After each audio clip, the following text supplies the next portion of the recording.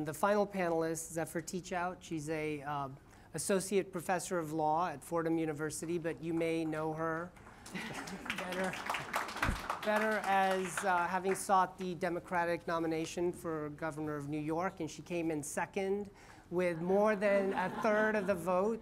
So I'm sure there are people here who may have voted for her as well. So thank you for being here. Thank you. I feel like somebody who used to be a great marathoner who hasn't run for a while coming back, because this used to be my people.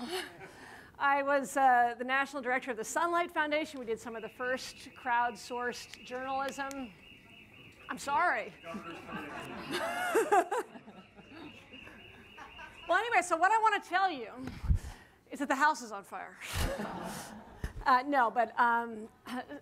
So I'm not going to talk about the sort of tech opportunities, which is an area that I love and would love to get into. I want to talk about morality, and I want to talk about power. And I have three very simple points. The first is that, thank you for the note, but I do think the house is on fire in terms of our democracy. And the last time that we had this level of concentrated power and inequality in our country, the single most important force that allowed us to get out of it was the journalists. So the 1907 Tillman Act, which prohibited direct corporate contributions to campaigns, was not really supported by the Democrats and not really supported by the Republicans. But you couldn't find a single major paper in the country, including the Wall Street Journal and Cosmopolitan, that wasn't talking about the importance of getting corporate direct funding out of campaigns. In fact, you can't make sense of our successful escape from 1900, and I think about 1900 all the time because we'd fought a civil war and had no meaningful political or economic rights for African Americans. Suffragists had been around, and yet women couldn't vote, and the populists had failed. There's no way to make sense of what we did after 1900 without understanding the power of incredibly feisty, committed, populist journalists. So I can't tell you how to make a buck.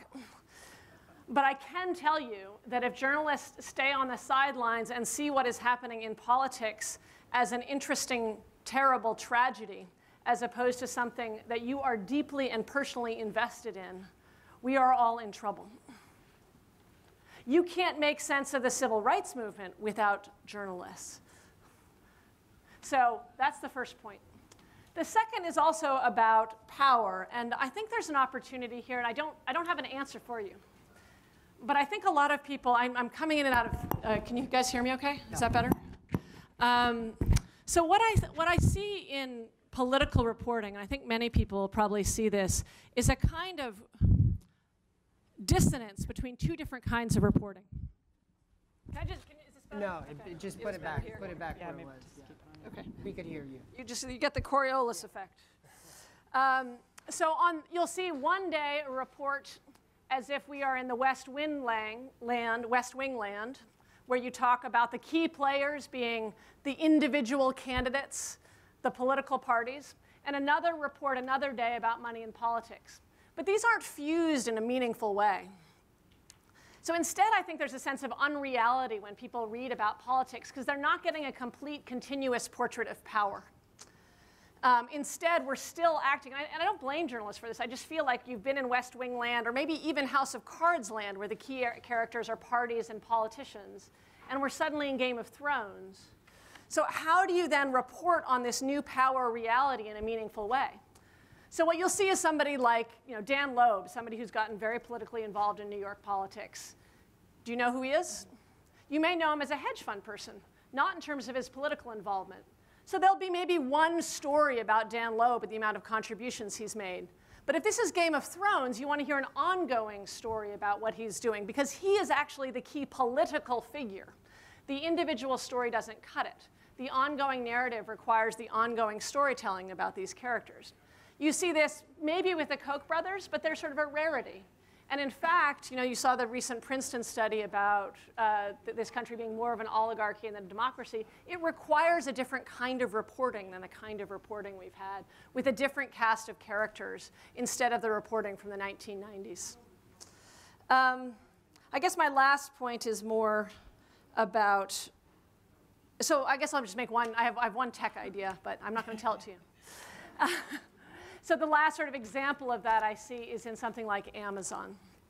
So I see Amazon as one of the most important political players in the country right now. Jeff Bezos is not only taking over the supply chain of a great number of ideas in our country, but has bought the Washington Post. So it carries a veto over any time there's going to be a change in the sales tax of the internet, or a veto over any time there's going to be a change in antitrust policy or pricing law, which Brandeis, among others, thought was one of the most important sources of power for taking on concentrated power. But again, we rarely see Bezos as a political figure. Again, it's an accidental as opposed to an ongoing story.